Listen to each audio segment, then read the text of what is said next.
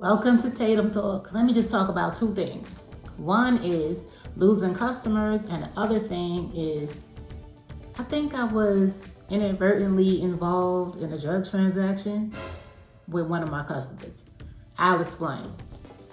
First, the losing customers. I've lost a couple of customers last year, and I think it was for different reasons. Two people unfortunately passed away. They were elderly and they were also sickly. I have another one that said her insurance just stopped covering her medication. I don't know why.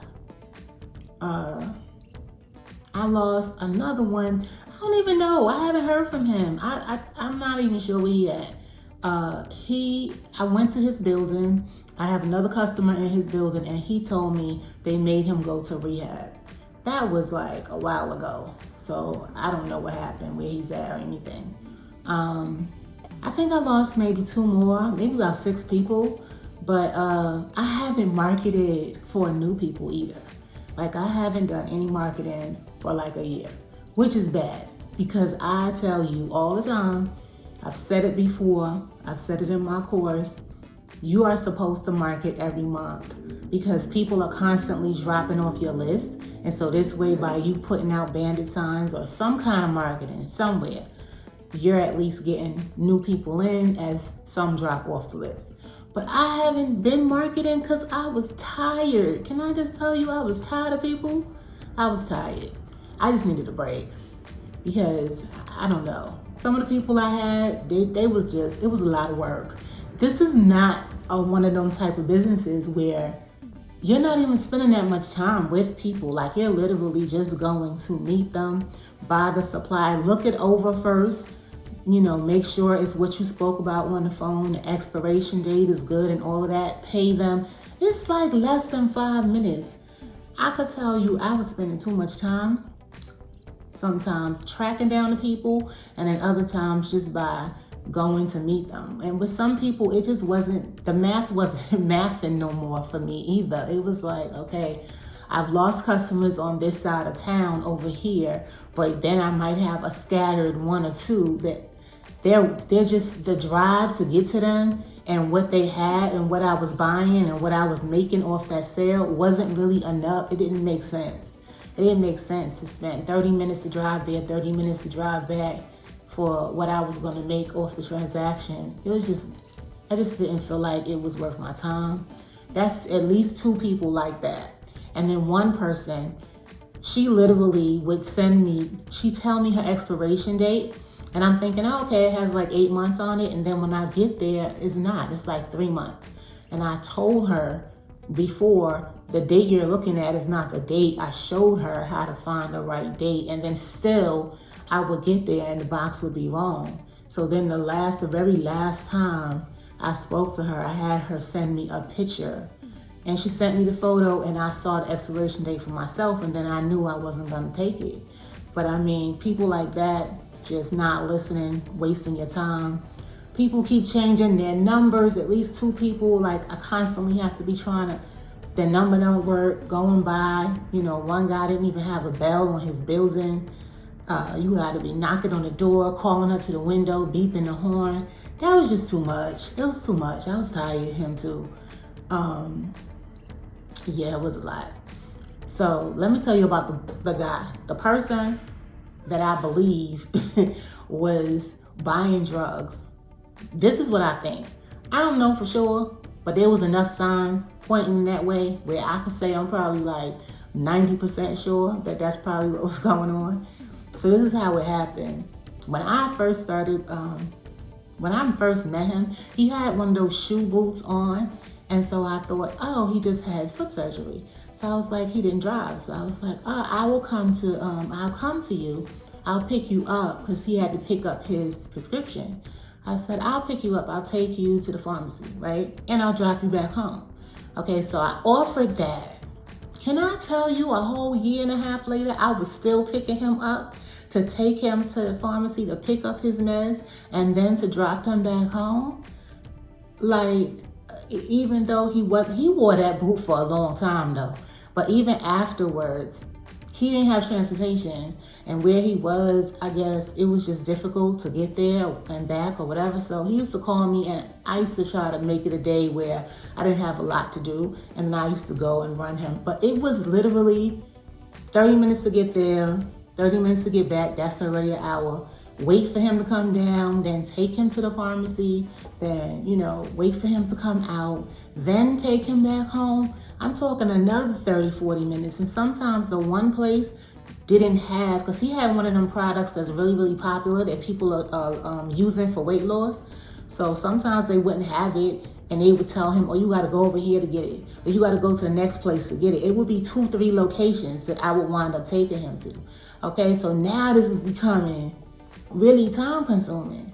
So that was getting on my nerves. But then what I noticed is that he would always call somebody and say, meet me, I'm almost home. Like 10 minutes away from his house, he would be having somebody, meet him there. So I was like, first few times, I'm like, maybe he borrowed money from somebody and I paid him so now he could pay them back. So, but then after a while, it was like the same person too, the same car. So I'm like, how come he gotta meet this guy every time I drop him off? That was kind of suspect. And then a friend of his who was a customer before too, alluded to the fact that he uses, I don't know what, but I remember that was in the past, that conversation was in my head. So I put those two things together and I was like, I think I know what's going on here. And I said, I don't want no parts of this. So I told him I wasn't coming to pick him up no more. I wasn't going to be able to buy his supplies. So I lost him as a customer. I just needed a break too from dealing with these people. I just needed a break. It was a lot. Now I still have customers. I still have consistent ones that, I buy from every month, and I may have picked up another 1 or 2 through referrals. But I haven't done any marketing, and I don't really plan to, because I have other things that I started doing that's taking up my time as well. So before, medical commodities used to be like my main source of income, but it's not my main one. It's like my secondary one right now. So, I'm fine with that. But here's a tip. If you made it to the end of this video, this is going to be beneficial because I learned something and I'm going to share it with you. This woman called and she wanted to know about which supplies I took, which supplies I bought. It turns out she has a cleaning company, and she said, I always come across these supplies when I'm clearing out these apartments, and I throw them away because I just don't know who could use them or what to do with them. So, I told her about some of what I buy, and I got her information. As a matter of fact, I should give her a call and see if she has anything yet. So yeah, she's supposed to keep me in mind whenever she finds these items. And they would be in bulk, because she was like, I always get like a bunch of them at one time. So the thing is, who you should look for as a source for supplies is like a bulk, like a cleaning company. They do, think of evictions, think of just like apartment clean outs. You know what I mean? Like they go into the apartment and they clear it all out so it could be renovated for the next person to move in. So I don't know, just search for some keywords in Google and see what you can find in your area, and then build up a rapport with that person, because I think that's a good source that's untapped. Because I had never thought about that. And if she didn't call me and tell me about it, I don't think I would have thought of it. But I'm thinking that's a good idea, right? Because not too many people are gonna think of it. So if you happen to find your own person, maybe even more than one person, maybe 3 different people, and you lock in with them, imagine one of them calling you like every other week. You see what I'm saying? That could be some really good money. Oh, and let me tell you, one of these customers too, that I said, matter of fact, this guy, I used to pick up his supplies for him because he didn't drive. And so I used to pick it up for him. He gave me his information, and then I would go to his house, right? And one day I went to the pharmacy and it wasn't there. They said he picked it up already. Okay, fine. So I called and told him I'm headed over that way. Does he have the supplies? And he said, yeah. So he came down with them, pulling it out his pocket. was like, it's damaged now. Like the box is all dented. Why would you have picked it up when you know I pick it up for you every month? What made you pick it up? You picked it up like a week ago. And you're gonna say, I ain't have your number. How do you not have my number? Like, I've really been buying from you for over a year. How you don't have my number? I don't understand. Because something had happened with his phone. I think that was the situation. But still in all, it's like, I don't get how people be losing their phones. Like, y'all not high school. Y'all are adults. What you mean you lost your phone? I could keep the same phone for 5 years. I don't know what be going on with people. So he didn't call, said he didn't have my number, and so was waiting for me to come by or something. And so that's what wound up happening. I just happened to, go by and ring his bell. But yeah, now the box was damaged and now I couldn't even buy it from him. So like, I just get people that was just doing stupid stuff. I'm tired. Like, I just needed a break. I almost forgot this tip. This is good. So I have not ordered boxes from Amazon in like well over a year. I get boxes for free from Trader Joe's. This is one of the boxes I got. All the boxes that they unpack for their wine and stuff, you could find them right at the front.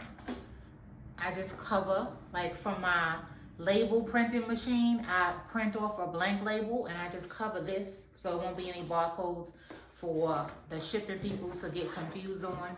This one, I'll probably just put my own label over this or I'll rip it off. And what I like about the wine boxes is that they come with these slots inside. So I typically bend it like that so I can use it. After I finish wrapping my product, I slide it in.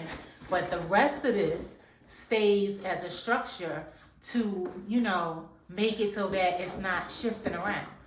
Like, it's perfect. And then I just tape it up, put my label, and I'm done. I'll show you. They usually have them like after I check out, right by the front as you're about to exit out. They have a stack of boxes. They might be different places in the Trader Joe's by you or any grocery store, really. Just ask them, do they have empty boxes? But you got to cut costs where you can. So I found that getting free boxes is one of the ways that I've cut costs in this business.